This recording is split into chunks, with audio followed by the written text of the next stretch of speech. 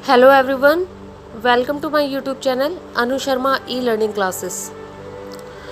आज हम अपनी हिंदी की पाठ्य पुस्तक वसंत भाग 3 से पाठ 10 कामचोर को पढ़ेंगे। यह पाठ एक कहानी के रूप में है और इस कहानी को लिखने वाली लेखिका का नाम है इस्मत चुगताई। यह कहानी आलसी बच्चों की है जिसमें लेखिका स्वयं अपने और अपने भाई बहनों के बारे में यहाँ पर बता रही है, उनके बचपन के बारे में। सारी जो बातें हैं वो उनसे ही रिलेटेड हैं। तो इस प्रकार से हम इसको पढ़ते हैं अब कि बच्चे अक्सर काम से जी चुराते हैं, उन्हें खेलने कूदने और मस्ती करने में ही आनंद आता है। इस कहानी में बताया गया है कि अगर सही दिशा निर्देश, सही तरीका बच्चों को काम करने का ना समझाया जाए तो बच्चे उस काम को बिगाड़ देते हैं। इससे घर वालों को भी परेशानियां होती हैं और बच्चों से वो काम भी सही नहीं होता है।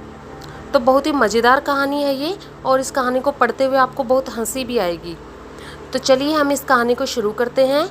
और इससे पहले आपसे गुजारिश है कि अपनी उत्तर पुस्तिका को साथ में लेकर बैठें और कठिन शब्दों के अर्थ आप नोट कर लीजिए। बड़ी देर के वाद विवाद होता है बहस। बड़ी देर के बहस के बाद ये तय हुआ कि सचमुच नौकरों को निकाल दिया जाए। आखिर ये मोटे मोटे किस काम के हैं, हिलकर पानी तक नहीं पीते, इन्हें अपना काम खुद करने की आदत होनी चाहिए, कामचोर कहीं के। तो यहाँ पर लेखिका लिखती हैं कि घर में जो नौकर रखे हुए थे सभी ने निर्णय किया, घर वालों ने, कि नौकरों को निकाल दिया जाए और ये मोटे मोटे जो बच्चे हैं जो कोई काम नहीं करते, हिलकर पानी तक नहीं पीते, इनको अपना काम खुद करने की आदत होनी चाहिए। और इस प्रकार से कामचोर का अर्थ है यहाँ पर आलसी खुद होता है, इसका खुद का अर्थ है अपने आप। तो यहाँ पर बच्चों को काम करने की सलाह दी जाती है। उसके बाद आगे कहते हैं कि तुम लोग कुछ नहीं, इतने सारे हो, सारा दिन उधम मचाने के सिवा कुछ नहीं करते। और सचमुच हमें ख्याल आया कि हम आखिर काम क्यों नहीं करते। लेखिका यहाँ पर सोचने लग जाती है, जब घर वाले कहते हैं कि तुम इतने सारे बच्चे हो, सारा दिन तुम धींगा मस्ती करते रहते हो घर में, लेकिन काम नहीं करते हो।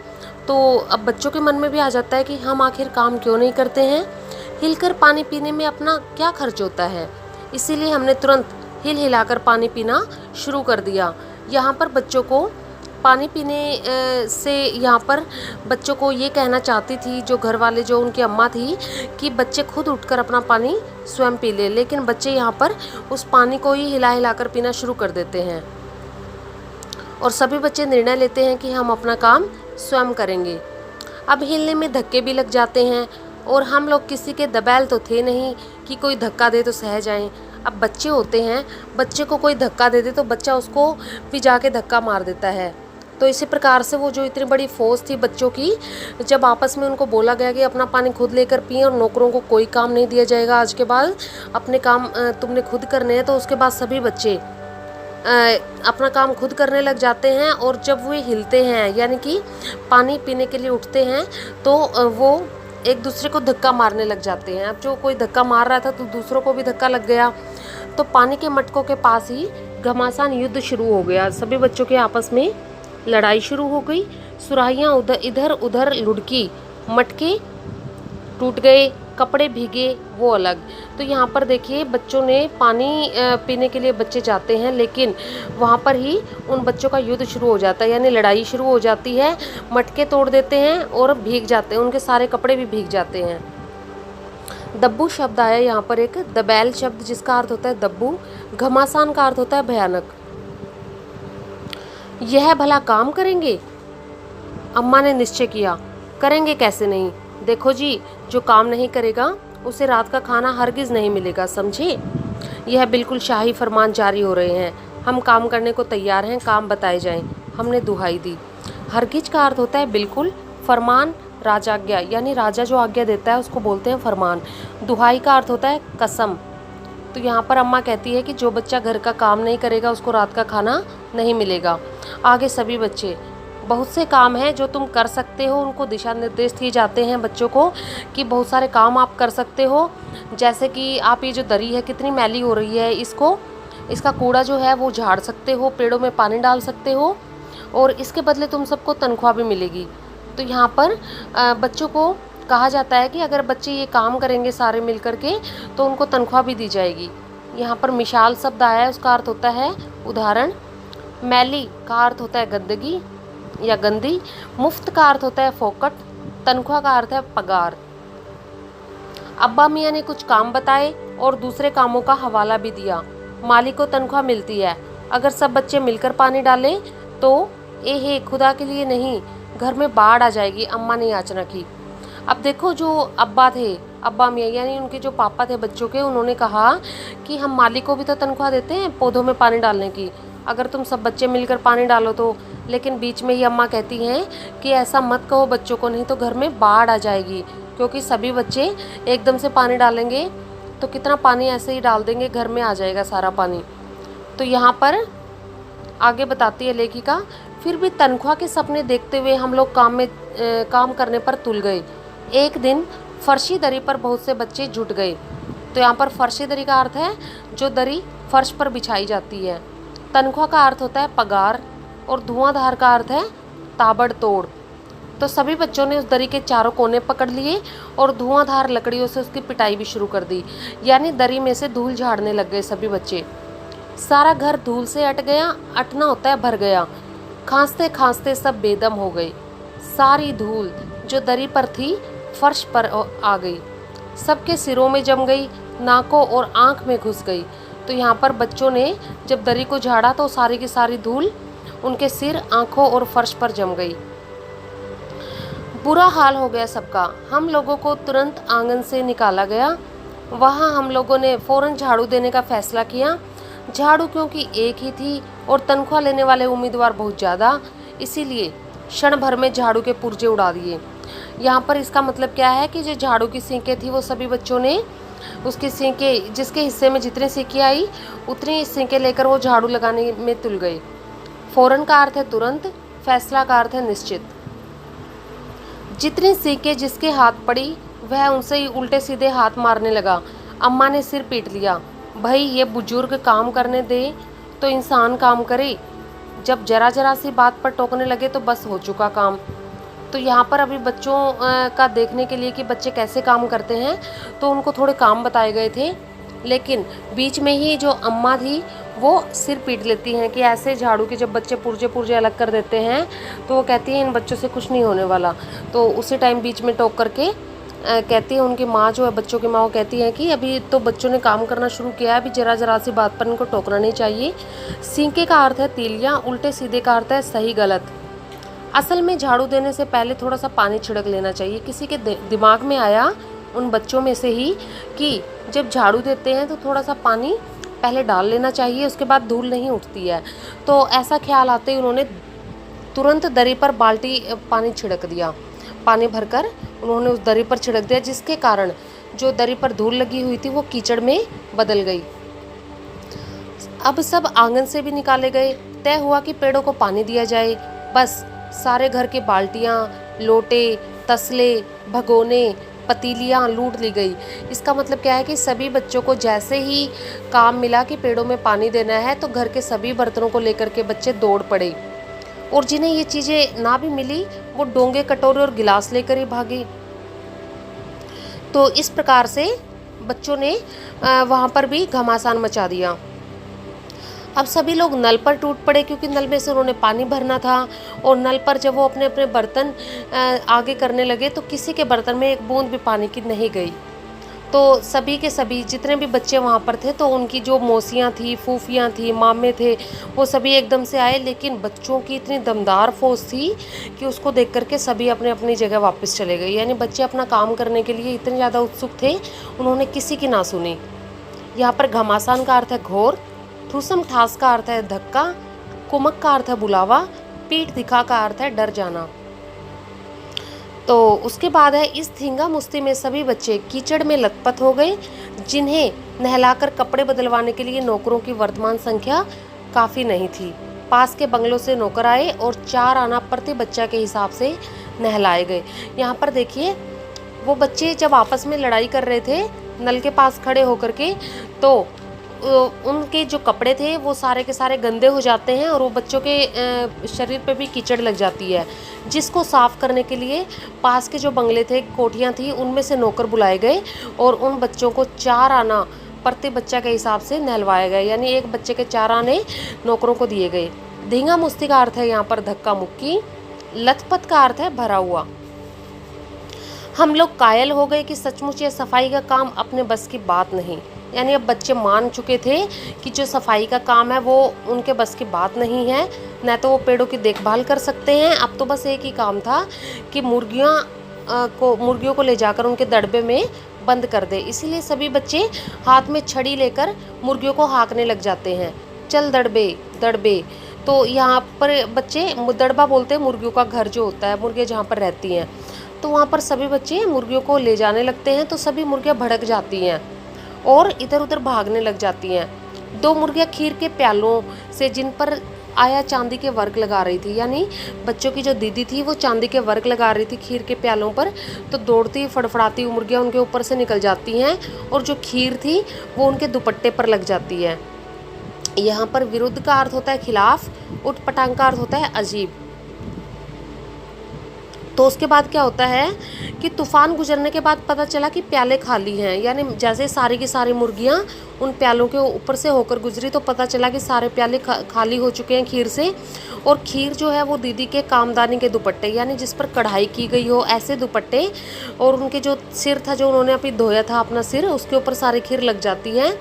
और उसके बाद एक बड़ा सा मुर्गा अम्मा के पानदान में कूद जाता है, जहाँ पर पान थूकते हैं ना, जहाँ पे जिसमें उसको पानदान कहते हैं, तो उसमें वो एकदम से कूद जाता है और चूने में लुथड़े हुए पंजे लेकर नानी अम्मा के सफ़ेद दूध जैसी चादर पर छापे मारकर निकल जाता है। चादर को भी मुर्गा गंदा कर देता है पानदान से जब निकलता है वो।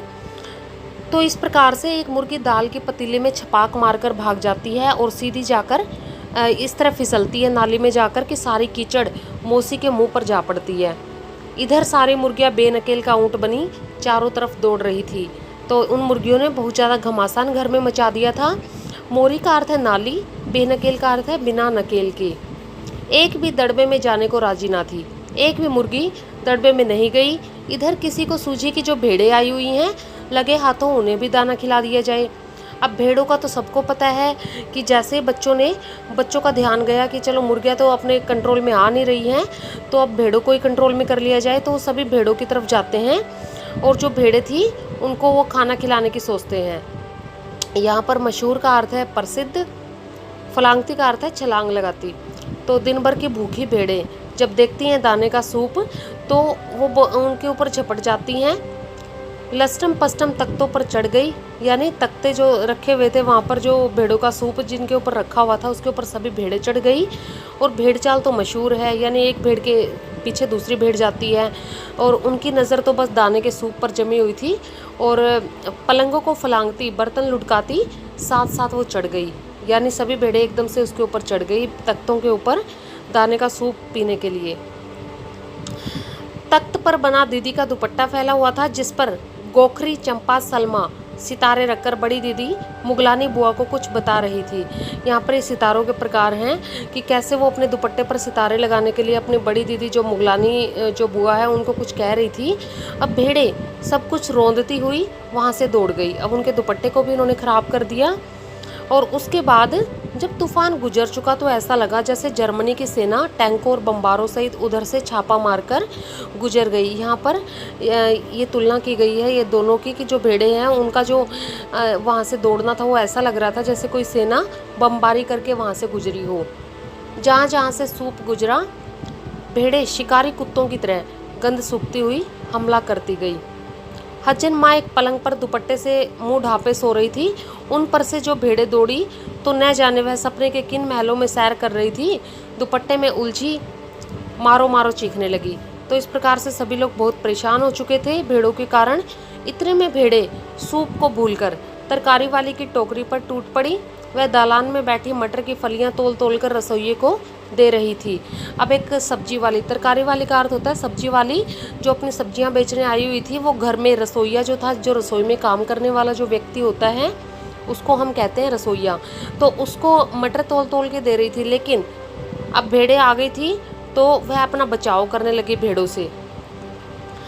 आपने कभी भेड़ों को मारा होगा तो अच्छी तरह देखा होगा कि बस ऐसा लगता है कि रुई के तकिए को कूट रहे हो। भेड़ को चोट तो लगती ही नहीं, बिल्कुल यह समझकर कि आप उससे मजाक कर रहे हैं वह आप पर ही चढ़ बैठेंगी। तो देखिए यहाँ पर हम सोचते हैं कि भेड़ों को मारेंगे तो उनको दर्द नहीं होगा, लेकिन यहाँ पर जो भेड़ें हैं वो बिल्कुल भी ऐसा नहीं है कि वो आपके मार को बर्दाश्त कर लेंगी, वो आपसे बदला लेने के लिए आ जाएंगी। जरा सी देर में भेड़ों ने तरकारी छिलकों समेत अपने पेट की कढ़ाई में झोंक दी। तो मतलब जो सब्जी थी मटर की, तो वो सारी की सारी वो खा गई। कूट का अर्थ होता है पीटना। इधर यह प्रलय मची थी, उधर दूसरे बच्चे भी लापरवाह नहीं थे। बड़ी फौज थी, अब रात का खाना न मिलने की धमकी भी मिल चुकी थी और 4 भैंसों का दूध दूहने पर जुट गए। अब जो घर में 4 भैंसें थी उन सब का दूध निकालने के लिए जुट गए कि चलो खाना तो मिलता नहीं, इस दूध को पीकर ही गुजारा कर लेंगे। अब धुली बेधुली बाल्टी लेकर और 8 हाथ 4 थनों पर पिल पड़े। अब बच्चे इतने ज़्यादा थे कि एक एक भैंस पर 8-8 बच्चे लग गए, 4-4 बच्चे लग गए। उनके 2-2 हाथ मिला के 8 हाथ हो जाते हैं। भैंस एकदम चारों पैर जोड़कर उठी और बाल्टी को लात मारकर दूर जा खड़ी हुई। अब भैंस ने देखा एकदम से कि ये क्या हो गया मेरे साथ, तो एकदम से भैंस उस बाल्टी को लात मार के वहाँ से चली गई। अब तय हुआ, बच्चों ने तय किया कि भैंस के आगे और पीछे से अगर रस्सी से बांध दिया जाए तो हम आसानी से दूध निकाल सकते हैं। अगाड़ी पिछाड़ी यहाँ पर शब्द आया, इसका मतलब होता है आगे पीछे। दूध दूह का मतलब होता है दूध निकालना। तो उन्होंने भैंस के जो 2 पैर थे आगे वाले वो चाचा जी की चारपाई के साथ बांध दिए और दूसरे पैरों को बांधने ही वाले थे कि भैंस बिगड़ गई और एकदम से छूटकर भागी। तो चाचा जी को तो लगा जैसे कोई सपना देख रहे हैं, क्योंकि भैंस उनकी चारपाई को अपने साथ में लेकर भाग रही थी। उनको लगा जैसे कोई भूचाल आ गया है। उसके बाद क्या होता है कि एक भूल हो गई कि यानी बछड़ा, तो बच्चों के दिमाग में आया कि बछड़ा तो हमने खोला ही नहीं। अब भैंस का बछड़ा भी उन्होंने खोल दिया। तीर निशाने पर लग गया और बछड़े की ममता में व्याकुल होकर भैंस रुक गई, यानी भैंस जो भाग रही थी वो एकदम से रुक गई और बछड़ा तत्काल उसका दूध पीने में जुट गया। उसके बाद जो दूहने वाले जो थे वो बच्चे जो हाथ में गिलास कटोरी लेकर आए हुए थे भैंस का दूध निकालने के लिए, वो एकदम से आए तो बछड़ा फिर बागी हो गया, यानी बछड़ा उनको देख करके भाग गया। फिर उसके बाद 2-4 धारें थी वो गिलास कटोरों में पड़ी और बाकी दूध जो था वो बछड़ा पी गया। यह सब कुछ ही मिनटों में हो गया। बागी का अर्थ होता है यहाँ पर विद्रोही। उसके बाद अब बच्चे बाहर किए गए, मुर्गियाँ बांग में हकाई गई, मातम सा मनाती तरकारी वाली के आंसू पोंछे गए और अम्मा आगरा जाने के लिए सामान बांधने लगी। या तो बच्चा राज कायम कर लो या मुझे ही रख लो, नहीं तो मैं चली मायके। यहाँ पर बच्चों ने इतना परेशान कर दिया अम्मा को, उन्होंने कहा कि अब मैं इन बच्चों के साथ नहीं रह सकती, या तो बच्चे रहेंगे या मैं रहूँगी। मातम का अर्थ होता है शोक मनाना। अब्बा ने सभी को कतार में खड़ा कर दिया और पूरी बटालियन का कोर्ट मार्शल कर दिया। अगर किसी बच्चे ने घर की किसी चीज़ को हाथ लगाया तो बस रात का खाना बंद हो जाएगा। कतार का अर्थ है पंक्ति, बटालियन का अर्थ है पलटन, कोर्ट मार्शल का अर्थ है सैनिकों को मिलने वाली सज़ा। अब बच्चों को भी सज़ा मिलने जा रही थी, इसीलिए लाइन में खड़े हुए बच्चे ऐसे लग रहे थे जैसे उनका कोर्ट मार्शल किया जा रहा है। यह लीजिए, इन्हें किसी करवट शांति नहीं। हम लोगों ने भी निश्चय कर लिया कि अब चाहे कुछ भी हो जाए हिलकर पानी भी नहीं पिएंगे। अब बच्चों ने अंत में कहा कि अब चाहे घर वाले कुछ भी कहें, अब वो बिल्कुल कोई काम नहीं करेंगे। तो यहाँ पर देखिए, हमने इस पाठ के अंदर, इस कहानी के अंदर हमने पढ़ लिया कि कैसे वो जो कामचोर बच्चे होते हैं वो सब उल्टा पुल्टा कर देते हैं और सभी जो उनको काम दिए जाते हैं कोई भी काम वो ढंग से नहीं कर पाते और अंत में उनको दिशा निर्देश दिए जाते हैं कि कोई भी बच्चा कोई भी काम नहीं करेगा और ना ही किसी बच्चे को, अगर किसी बच्चे ने कोई काम किया तो उनको रात का खाना मिलेगा। तो लेखिका के अनुसार ऐसा इसलिए हो रहा था क्योंकि घर वालों ने बच्चों को काम तो बता दिए कि आपने ये काम करना है, लेकिन उनको काम करने का सही तरीका नहीं समझाया। तो ये कहानी बहुत ही आसान थी, बहुत ही हंसी मजाक वाली कहानी थी। आई होप आपको ये कहानी बहुत अच्छे से समझ आ गई होगी और इसके शब्दार्थ भी आपने नोट कर लिए होंगे। अब हम इसके प्रश्न अभ्यास करेंगे कि पहला प्रश्न है इसमें, कहानी में मोटे मोटे किस काम के हैं, किन के बारे में और क्यों कहा गया है। इसका उत्तर आएगा, कहानी में मोटे मोटे किस काम के हैं, बच्चों के बारे में कहा गया है क्योंकि वे घर के कामकाज में जरा सी भी मदद नहीं करते थे और दिन भर खेलते कूदते रहते थे। प्रश्न 2 है, बच्चों के उधम मचाने के कारण घर की क्या दुर्दशा हुई। बच्चों ने जब उधम मचाया तो घर में क्या हुआ था ये बताना है हमने। बच्चों के उधम मचाने पर यानी कोहराम मचाने से घर की सारी व्यवस्था खराब हो गई, मटके सुराहियाँ इधर उधर लुढ़क गए, घर के सामान जो घर का जो जितना भी सामान था वो इधर उधर बिखर गया। पशु पक्षी थे भागने लगे इधर उधर। घर में धूल मिट्टी और कीचड़ का ढेर लग गया। मटर की सब्जी बनने से पहले ही भेड़ें खा गई। मुर्गे मुर्गियों के कारण कपड़े गंदे हो गई। तो ये सभी काम घर में हो चुके थे। प्रश्न 3 है, या तो बच्चा राज कायम कर लो या मुझे ही रख लो। अम्मा ने ये कब कहा और इसका परिणाम क्या हुआ? अम्मा ने बच्चों द्वारा जो घर की हालत हुई थी उसको देख करके ऐसा कहा था, और इसका परिणाम यह हुआ कि पिताजी ने घर की किसी भी चीज़ को बच्चों को हाथ ना लगाने की हिदायत दे डाली कि बच्चे किसी भी चीज़ को हाथ नहीं लगाएंगे, और अगर उन्होंने लगाया तो वो सज़ा के लिए तैयार रहें। तो ये जो सारे काम बच्चों ने किए थे ये आप ऊपर वाले प्रश्न में भी कर चुके हो। तो इसको आप दोबारा से लिख लेंगे और लास्ट में ये लाइन लिख लेंगे कि पिताजी ने किसी भी चीज़ को हाथ ना लगाने की हिदायत बच्चों को दी। कामचोर कहानी हमें क्या संदेश देती है, ये हमने बताना है यहाँ पर। कि इसका उत्तर हम लिखेंगे कि यह एक हास्य प्रधान कहानी है। हास्य प्रधान का मतलब होता है जिसमें हंसी आए। यह कहानी संदेश देती है कि बच्चों को उनके स्वभाव के अनुसार, रुचि और उम्र को ध्यान में रखते हुए ही काम करना चाहिए।